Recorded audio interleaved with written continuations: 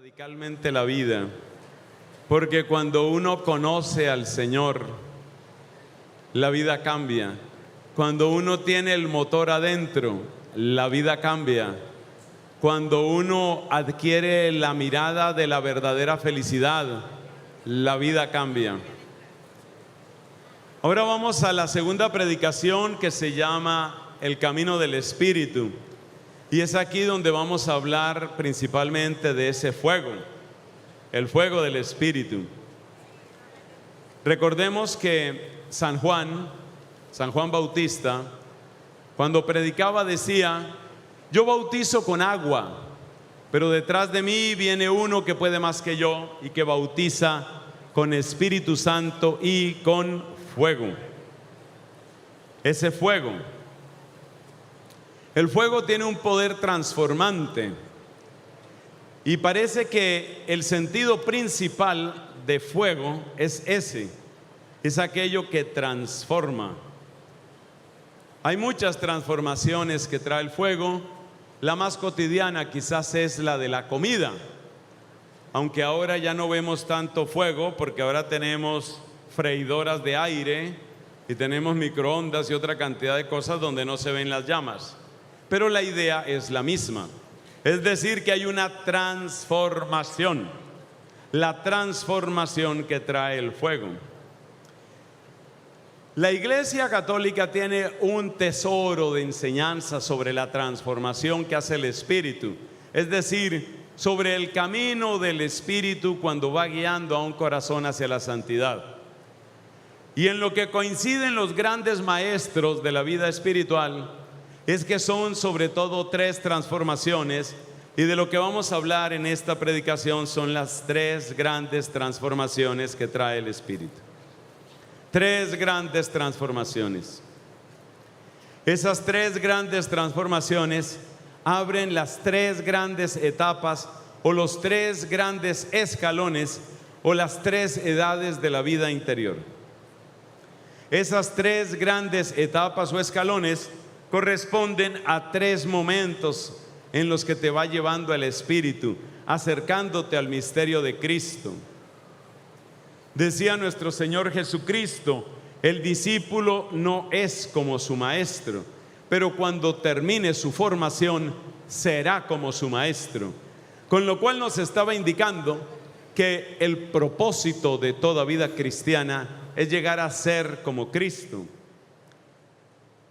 De esto nos hablaba el apóstol San Pablo en el capítulo 2 de la carta a los Gálatas, cuando dijo aquella frase tan impresionante: ya no vivo yo, es Cristo quien vive en mí. Y también en otra ocasión dijo el mismo apóstol, tan convencido estaba de la obra que Dios había hecho en él, que se atrevió a decir estas palabras: ustedes imítenme a mí como yo imito a Cristo. Es decir, él estaba tan transformado, tan profundamente unido a Cristo, tan increíblemente unido a Cristo, que se había convertido, el mismo Pablo, se había convertido en un camino seguro para encontrarse con el Señor y para servir al Señor. O sea que la meta de toda vida cristiana es esa: ya no vivo yo, sino es Cristo quien vive en mí. La meta de toda vida cristiana es lo que dijo Jesús. O sea, que el discípulo llegue a ser como su maestro. Esa es la meta nuestra: vivir como Cristo, amar como Cristo, servir como Cristo, orar como Cristo. El mismo apóstol Pablo utiliza una palabra que ameritaría toda una predicación. Es una palabra que me fascina, porque es una de las maneras como Pablo describe la vida cristiana. Dice que nosotros somos coherederos con Cristo. Es decir, que así como un hijo dentro del hogar recibe una herencia, nosotros somos coherederos. Es decir, que lo mismo que recibió Cristo es lo mismo que Dios Padre quiere que recibamos nosotros. Y eso es impresionante. En el capítulo 17 de San Juan, yo veo que ustedes están tomando nota de todas esas citas bíblicas escribiendo frenéticamente. En el capítulo 17 de San Juan encontramos que Cristo hace esta petición que me parece que expresa de la manera más delicada y a la vez más potente el modo como Cristo nos amó. Leemos en el capítulo 17 de San Juan, en la gran oración sacerdotal de nuestro Señor, las siguientes palabras. Le está hablando Cristo a Dios nuestro Padre y dice: quiero que los ames a ellos con el mismo amor que me tenías a mí antes de la creación del mundo. Es para llorar de alegría. Quiero que los ames a ellos. Entonces apliquemos esa frase a los que estamos aquí. Por ejemplo, a usted que me está mirando así con atención, ¿me quiere contar su nombre, por favor? Mónica. Entonces mire la oración de Jesús para Mónica. Jesús, alabado sea su santísimo nombre. Jesús dice, está orando por Mónica, y Jesús le ora al Padre Celestial y dice lo siguiente: Papá Dios, Abba, quiero que ames a Mónica con el mismo amor con que me amas a mí.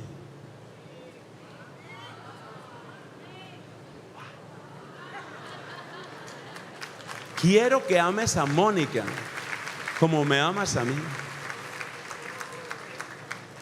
No hay corazón, no existe corazón más generoso que el corazón de Jesús. Porque cada uno, aquí hicimos el ejemplo con la señora Mónica, pero cada uno puede poner su nombre ahí. Jesús oró por mí, Jesús ora por ti. Jesús no está desocupado, pasivo, ocioso en el cielo. Jesús en el cielo está orando por ti. Tu nombre está escrito, dice la Escritura allá en Isaías. Tengo tatuado tu nombre en mi mano. Dios tiene tatuado tu nombre en su mano, y Dios no se olvida de ese nombre.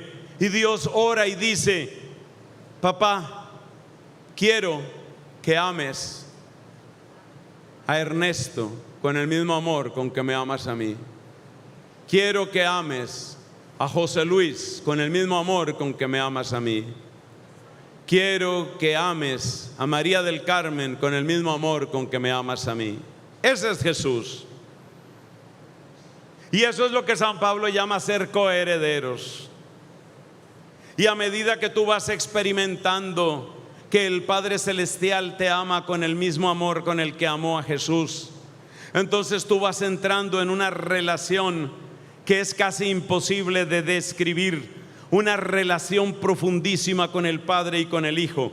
Y eso es lo que leemos en la primera carta de Juan, capítulo 1, para los que están escribiendo frenéticamente, para no perder ni una sola cita bíblica. Leemos en la primera carta de Juan, capítulo 1, que dice este apóstol, bendita sea su memoria, dice: lo que vimos, lo que oímos desde el principio, lo que tocaron nuestras manos acerca de la palabra de vida, eso os lo comunicamos, para que estéis en comunión con nosotros. Y esta nuestra comunión es con el Padre y con su Hijo Jesucristo. Con el Padre y con su Hijo Jesucristo. Entonces la vida cristiana está llamada a ser una vida de comunión. La palabra griega es un poquito más bonita: koinonía. La koinonía es todo lo que se comparte, todo lo que se vuelve koinos, lo que se vuelve koiné, todo lo que se vuelve común. Entonces nosotros respiramos la vida del Padre y del Hijo, y en esa respiración de la vida del Padre y del Hijo vivimos en el Espíritu. Esa es la meta. Pero para llegar a esa meta es necesario que llegue el fuego. ¿Por qué? Porque nosotros somos un barro mediocre. Necesitamos que nuestro barro sea transformado, y son 3 grandes transformaciones. Ha llegado el momento de nombrar las 3 grandes transformaciones. Son ellas. Primera transformación se llama conversión y consiste en renunciar al pecado. Segunda transformación se llama formación y consiste en renunciar a la mediocridad. La tercera transformación se llama santificación y consiste en renunciar a la temporalidad. Cada una de esas transformaciones tiene una renuncia y tiene una ganancia. Lo que les estoy contando aquí, hermanos queridísimos, no es otra cosa sino la síntesis de la teología espiritual de nuestra Iglesia Católica. Qué tesoros los que tiene la Iglesia, qué impresionante. Son 3 pasos. Sí, denle un aplauso a la Iglesia. A la Iglesia pocos aplausos se le da. Denle un aplauso.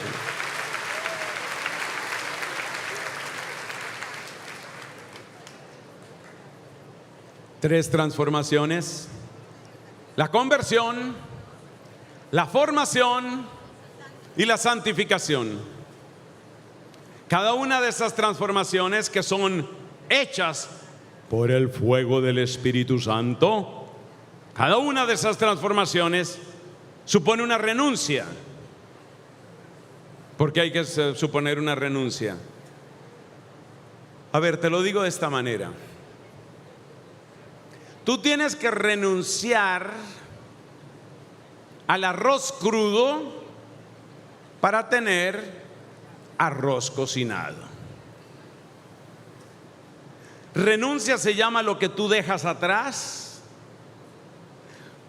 Conquista o ganancia o regalo se llama lo que tú recibes hacia adelante en tu vida.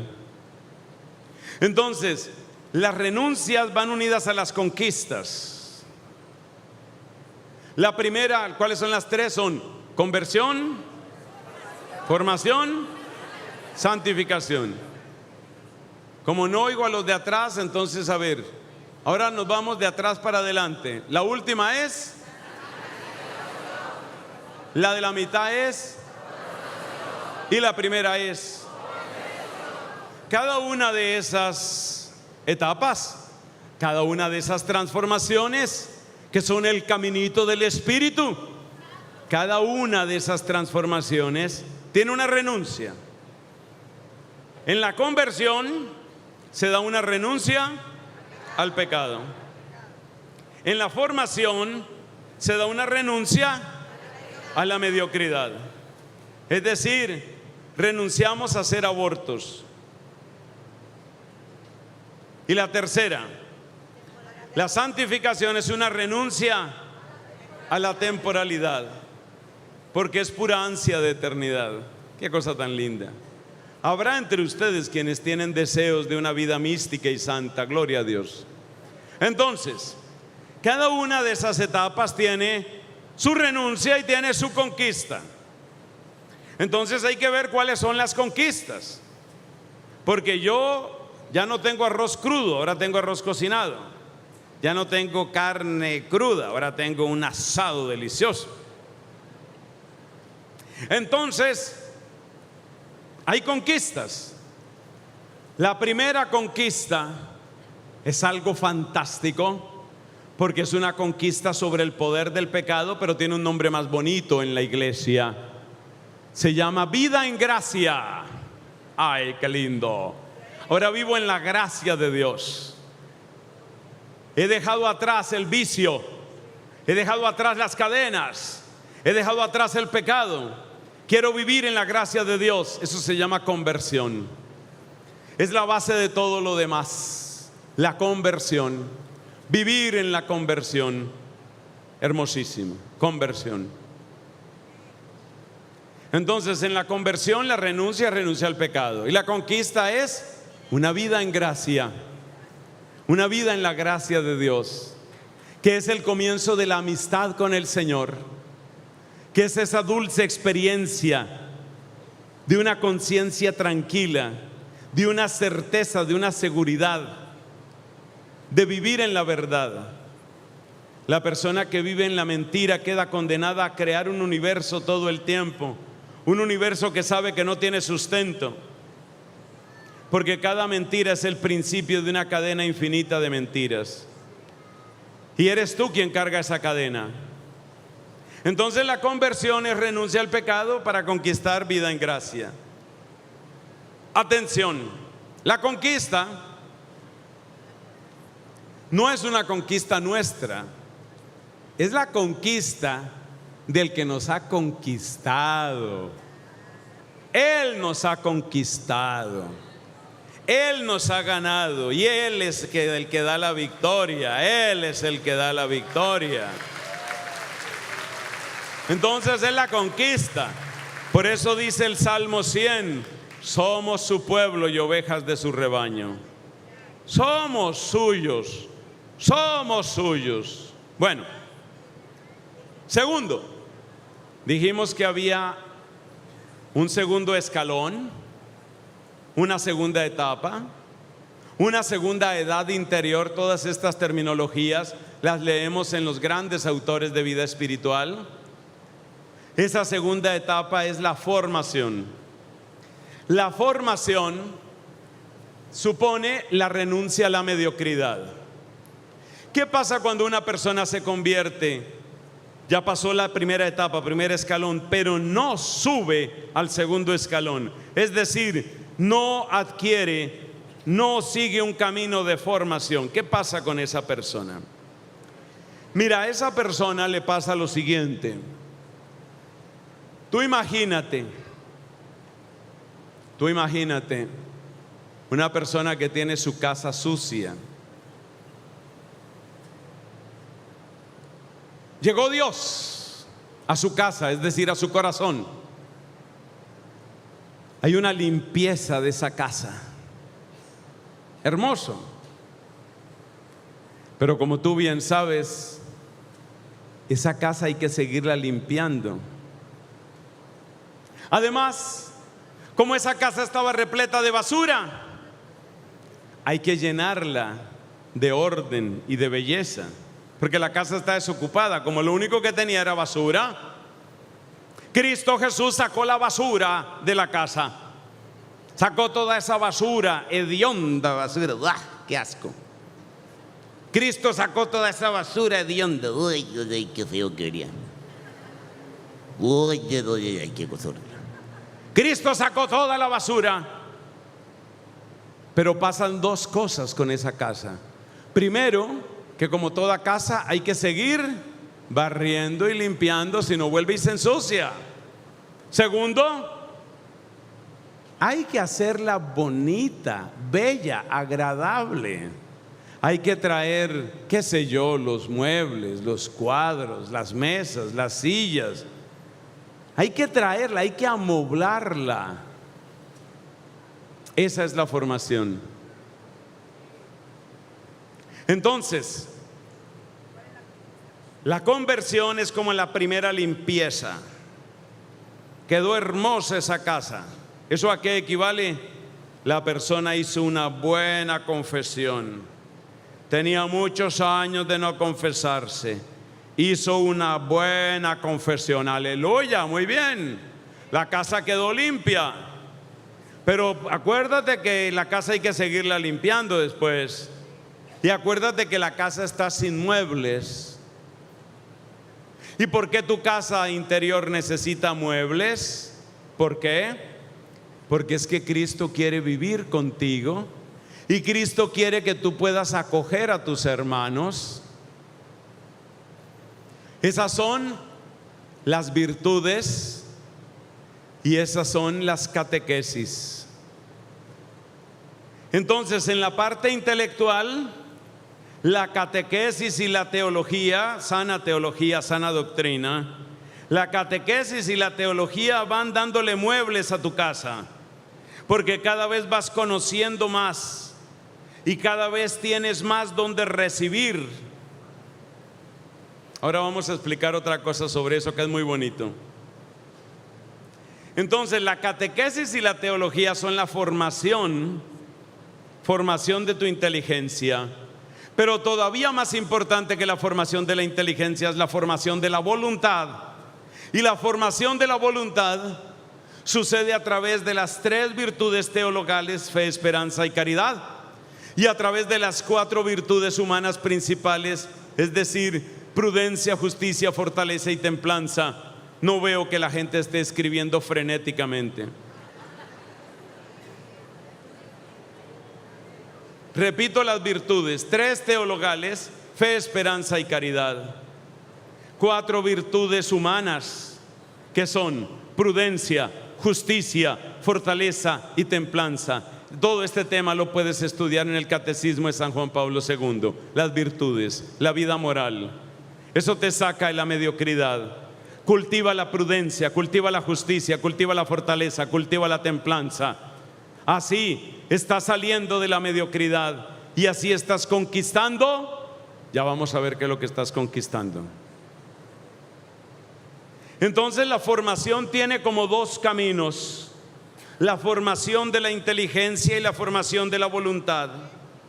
La formación de la inteligencia es: oiga buena predicación, vea buenos videos, escuche buenos podcasts, suscríbase a buenos servicios católicos, escuche buenas emisoras, no cante porquerías. No cante porquerías.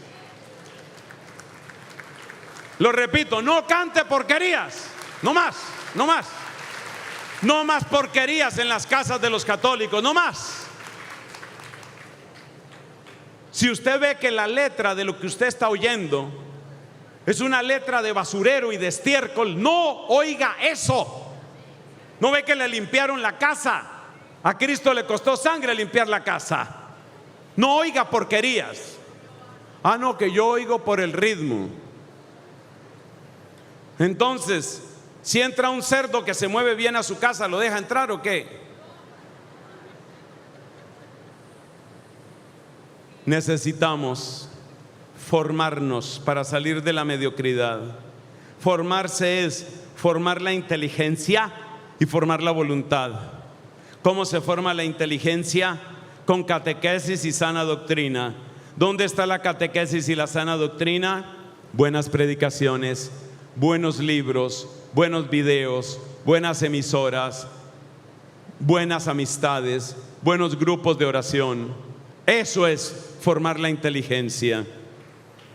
Eso es formar la inteligencia.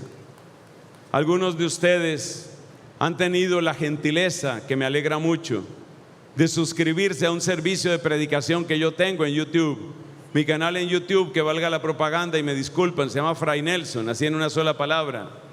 Usted se puede suscribir, pero así como se suscribe a mi canal, busque buenos canales, sana doctrina, conozca su fe católica, conozca primero su fe, dice el padre Pedro Núñez.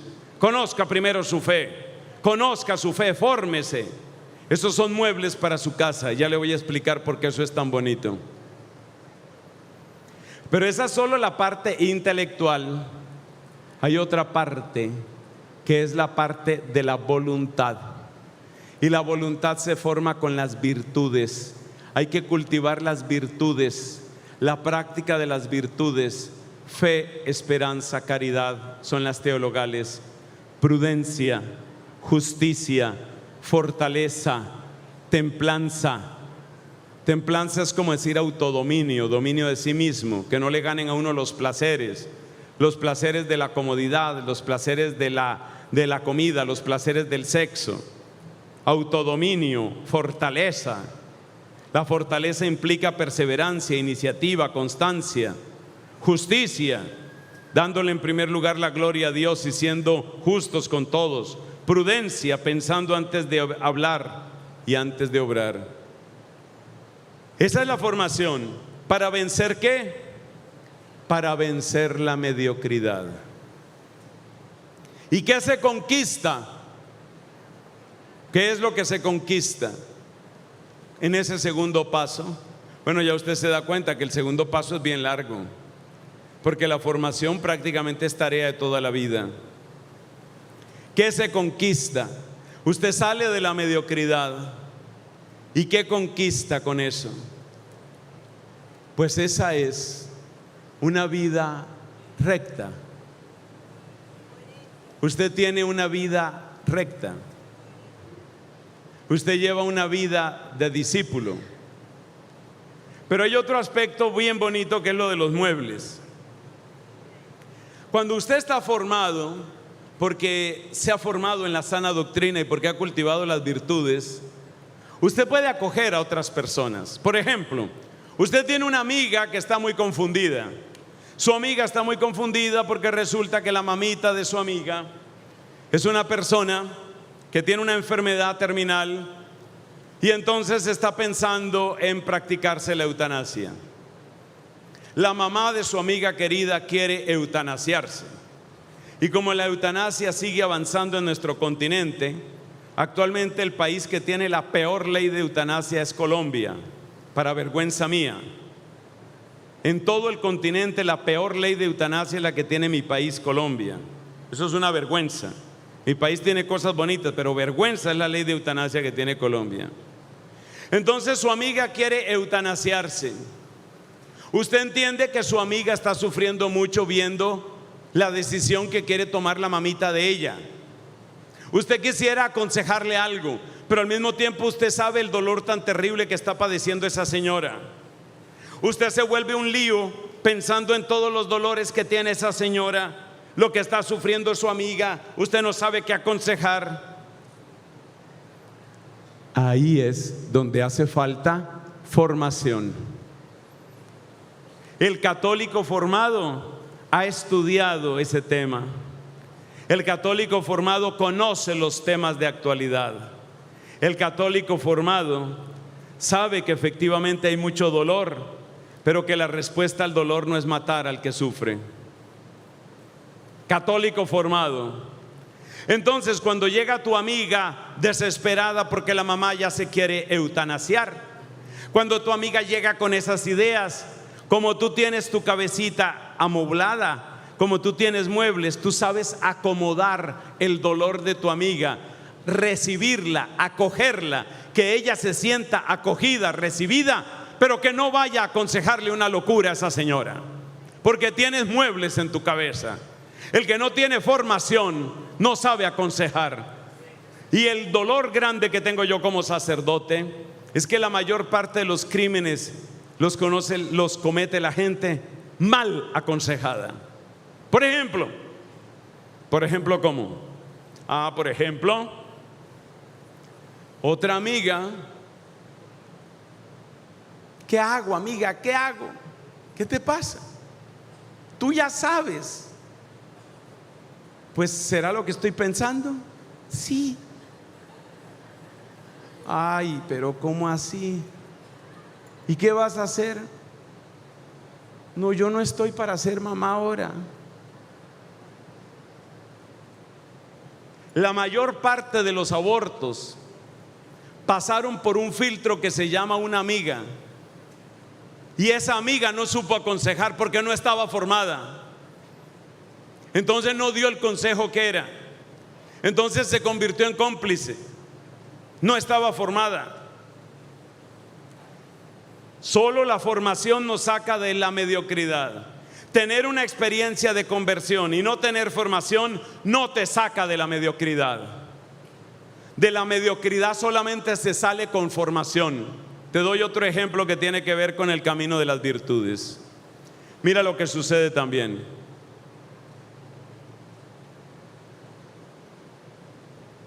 Siempre en estos encuentros carismáticos nosotros hablamos de la necesidad de comprometerse en el servicio a la iglesia.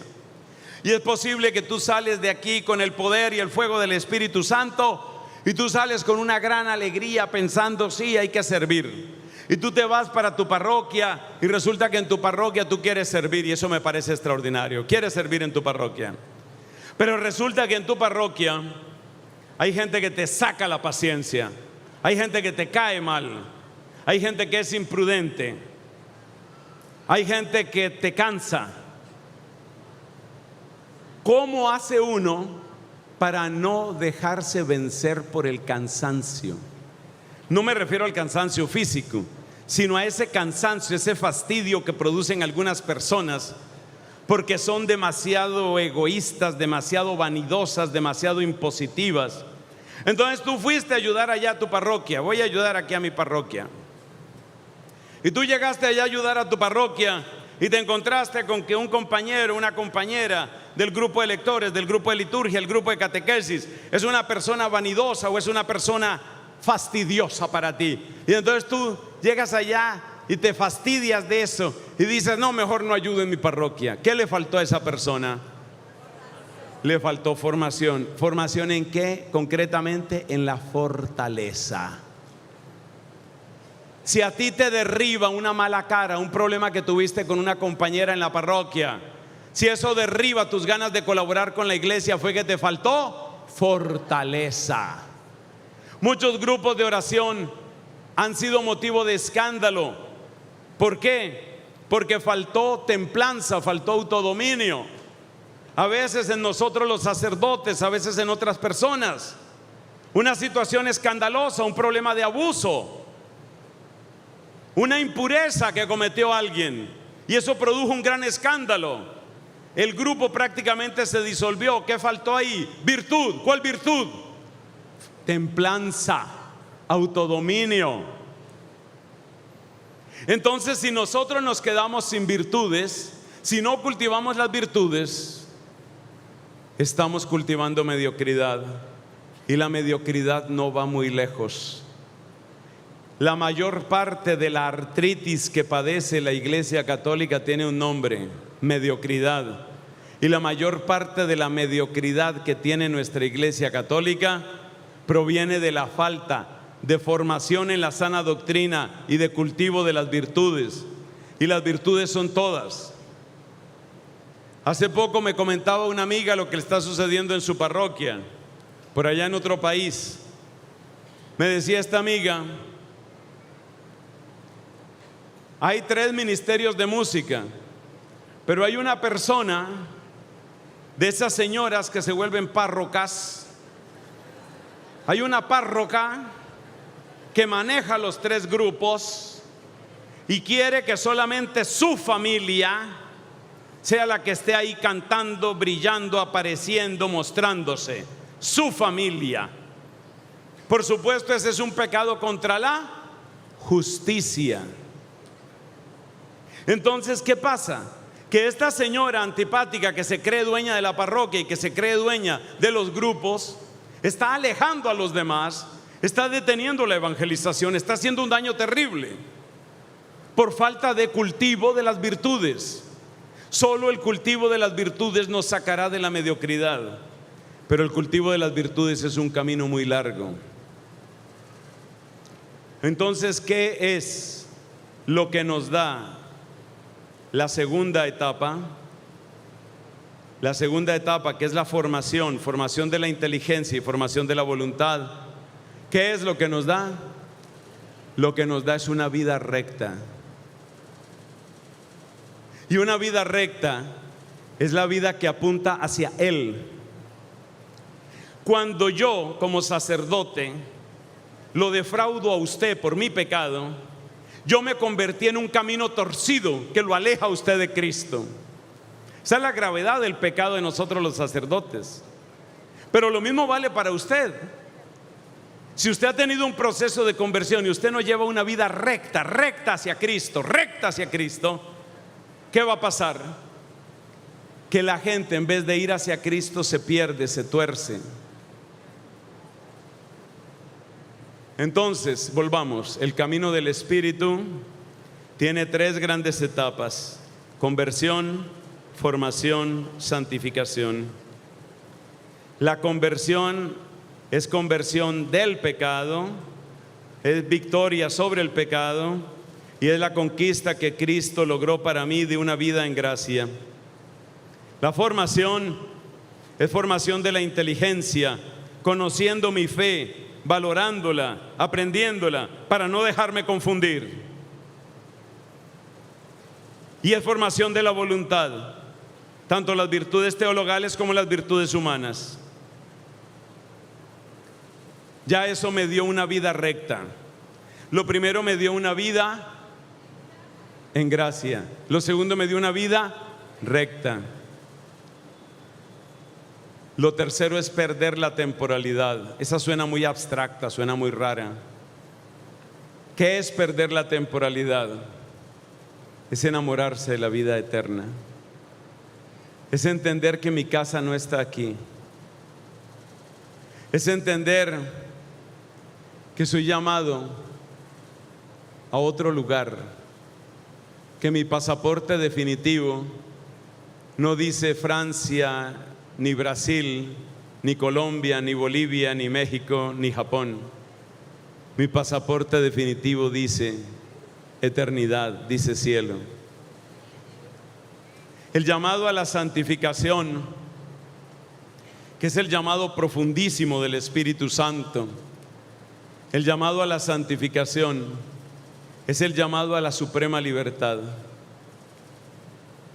El llamado a la santificación es el llamado a unirse, a apegarse a la cruz de Cristo. Como dice Colosenses capítulo 1, completo en mi carne lo que falta a la pasión de Cristo. Es apegarse a Él. Es un amor apasionado hacia Él. ¿Qué es perder la temporalidad? Es darle apenas su valor justo a todo lo que pasa. Hay una santa colombiana que cada vez la quiero más, no solo por colombiana, claro está, Santa Laura Montoya, religiosa y fundadora de Comunidad Religiosa. Santa Laura Montoya decía: yo dejo que pase lo que pasa, lo que pasa, lo que se va, como el río, como el agua del río. Yo dejo que pase lo que pasa y yo me quedo con el que no pasa. El cielo y la tierra pasarán, mis palabras no pasarán, dice Jesús. El que siente el llamado a la santidad siente un llamado a la eternidad y le da apenas el valor justo a las cosas temporales. Un santo mártir, un santo obispo mártir de los comienzos de la Iglesia Católica, precisamente él fue el primero en llamar a la Iglesia Católica con ese nombre específicamente. Ese santo se llamó Ignacio, San Ignacio de Antioquía. Murió mártir en el año 107. Fue devorado por las fieras en el Coliseo romano. A él lo llevaban allá en un larguísimo recorrido desde Siria, donde él era obispo, hasta Roma. Es un recorrido de muchos centenares de kilómetros. Lo llevaban como en una especie de procesión de oprobio, como una exhibición de poder. Lo llevaban así encadenado hacia Roma. En su camino él escribió varias cartas. Qué bueno que usted las leyera. Se consiguen en internet las cartas de San Ignacio de Antioquía. San Ignacio de Antioquía. Y en las cartas de San Ignacio, él le escribe, por ejemplo, a los romanos, a los fieles de Roma, y les dice: ya no le encuentro gusto a nada, nada me atrae, solo siento dentro de mí una voz que me dice: ven, la voz del Padre que me dice: ven. Ese es un santo que había vivido la tercera etapa, el llamado a la santidad. No hay que confundir el llamado a la santidad, no hay que confundirlo con la vida recta. El desenlace de una vida recta es una vida santa, pero no hay que confundir el llamado a la santidad con una vida recta, porque el llamado a la santidad de tal manera se eleva sobre las cosas de esta tierra que incluso lo que podría parecer gravísimo del pecado o lo que podría parecer virtuosísimo no es lo que le atrae principalmente, sino solamente la unión con Dios y la gloria de Dios. Por eso, quienes experimentan este llamado, aunque cultivan y conservan la virtud, lo que más les atrae no es la perfección a la que ellos pueden haber llegado, lo que más les atrae es cómo darle la mayor gloria al Señor y cómo unirse definitivamente con Él. Entonces, ¿qué es lo que se gana con la conversión? Una vida en gracia. ¿Qué es lo que se gana con la formación? Una vida recta. ¿Qué es lo que se gana con el llamado a la santidad? Una vida celestial, sin perder lo anterior, sin perder la vida en gracia, sin perder la vida recta. Es una vida celestial. Y una vida celestial es la que hace que estas personas tengan una mirada como la mirada de los profetas, tengan una mirada como la mirada de los apóstoles, una capacidad de valorarlo todo solamente en su justa proporción y sabiendo que todo es temporal y sabiendo que Él, el Señor, es el único que es. Le dijo Dios a Santa Catalina de Siena: ¿quieres saber quién eres tú y quién soy yo? Tú eres la que no eres y yo soy el que soy.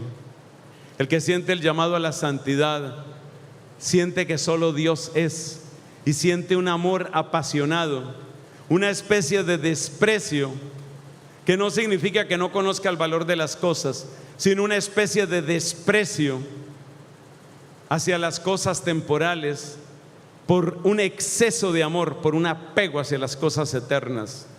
Eso lo hace Dios. Eso lo hace el fuego del Espíritu. Y hemos de pedirle al Señor que nos permita esas 3 etapas. Se las repito para terminar y hacemos una pequeña oración.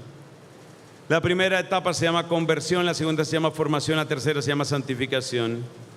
En la conversión perdemos el pecado, ganamos una vida en gracia.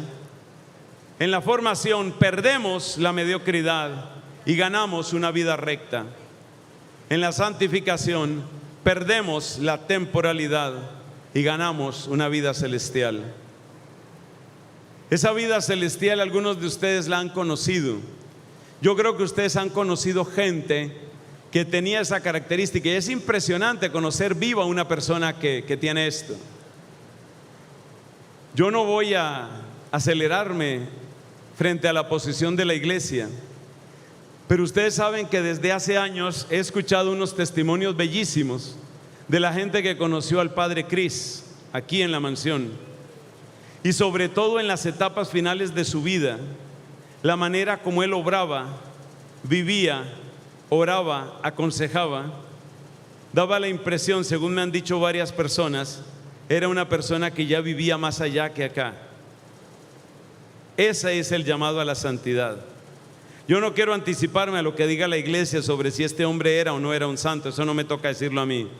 Lo que yo sí sé decir es que este hombre, bendita sea su memoria, según el testimonio de muchas personas, tenía una libertad profundísima sobre todas las cosas de esta tierra y estaba apegado a la eternidad.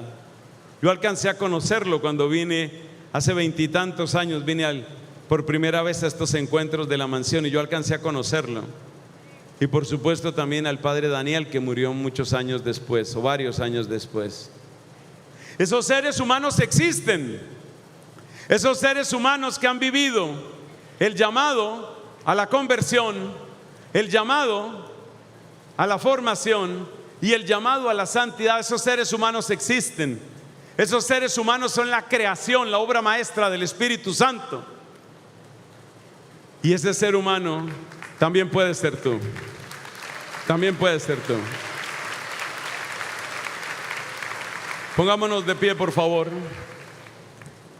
Vamos a orar. Vamos a orar. Vamos a pedir al Señor ese fuego al que le estábamos cantando antes de esta conferencia. Vamos a orar. Vamos a pedirle al Señor que mueva nuestro camino, que empuje nuestro camino.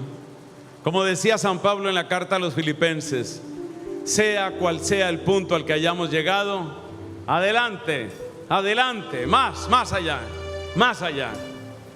Si apenas estás aruñando la conversión, adelante, más allá, conversión total. Sacude ese pecado de tu vida y aprende a vivir en gracia. Si ya te fascinaste con la formación, Si ya estás suscrito a buenos servicios católicos de formación, ya lees buenos libros, ya tienes buenos videos, ya tus oídos se limpiaron de tanta basura y tanto estiércol que circula hoy en día. Aleluya. Sigue avanzando, sigue. Si un día llegas a sentir el llamado a la santidad y dar ese paso, sigue hasta que encuentres una puerta, porque detrás de esa puerta te aguarda tu Señor y Salvador, que te va a decir: entra al banquete de tu Señor. Entra al banquete de tu Señor. Espíritu de Dios, ven a darnos un empujoncito. Espíritu de Dios, ven a darnos un empujoncito. Pídele al Espíritu Santo que te dé un empujoncito. Empújame, Espíritu Santo, porque si no me quedo en el pecado. Empújame, Espíritu Santo, porque si no me quedo en la mediocridad. Empújame, Espíritu Santo, porque si no me quedo en la temporalidad y me quedo únicamente en las cosas de esta tierra. Empújame, Espíritu Santo. Atráeme, Espíritu Santo. Espíritu Santo, que quisiste que en el libro del profeta Oseas quedara escrito: con correas de amor los atraje. Atráenos con las correas de tu amor. Atráenos, Espíritu Santo, con las correas de tu amor. Atráenos con fuerza. Atráenos, sedúcenos para que se cumpla en nosotros lo de Jeremías: me sedujiste, Señor, y me dejé seducir. Atráenos, Espíritu Santo. Sedúcenos, Espíritu Santo. Enamóranos, Espíritu Santo. Oh sí, Cristo Jesús, enamóranos de ti. Que tú no seas un amor más, que tú seas el primero y fundamental amor, que tú seas el cimiento y la cumbre, que tú seas el alfa y la omega de nuestra vida, que tú seas el piso y el techo de nuestra existencia. Espíritu Santo, ven a hacer maravillas. Señor Jesucristo, toma tu rebaño. Jesús, no son míos, claro que no, son tuyos. Son tuyos cada corazón que está aquí, del más joven al más mayor. Son tuyos. Estos hombres y mujeres son tuyos. Los casados y los solteros son tuyos. Los viudos y los separados son tuyos. Somos tuyos, Señor. Tómanos, levántanos, úngenos, incéndianos, Señor. Incéndianos en tu amor. Trae el poder de tu gracia, trae el poder de tu amor, trae el poder de tu espíritu. Haz de nosotros una criatura nueva. Amén. Amén. Espíritu Santo, te necesito.